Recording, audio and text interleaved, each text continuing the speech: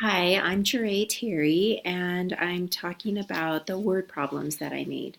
So I made 4 word problems for first graders, and I had 2 students that I took aside into a room and worked on the problems.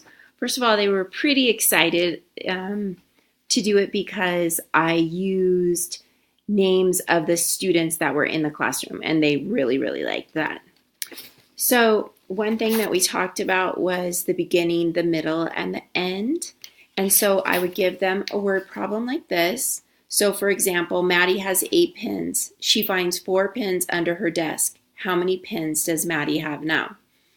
And then she would write, that she has 8 pins. She found 4, so that equals 12. And this is how we worked through the problem.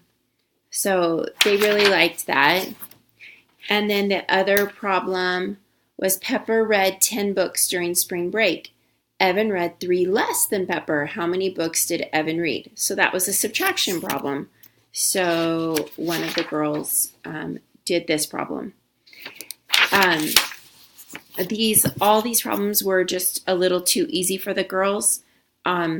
They're towards the end of first grade, and they told me they're all, Mrs. Terry, this is more like the beginning of first grade. It was so cute. So then I made these, which were really fun, and I added fun little stickers and stuff. It was really cute. And there was the problem, and then it broke it down into parts, step 1 and then step 2, so that they could figure it out, and then write their answers down here. So we did 1 subtraction and 1 addition problem. So that was really fun for the girls too. So we worked on those together.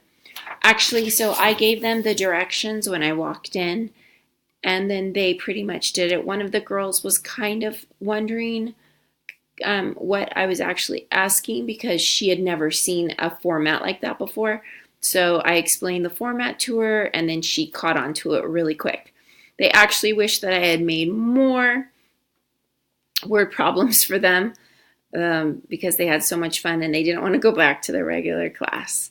So overall, I think it turned out really well, and I think that they were able to each get a taste of an addition word problem, a subtraction word problem. They were able to logically think it through and break it up and find the answers. So overall, I think it went really well.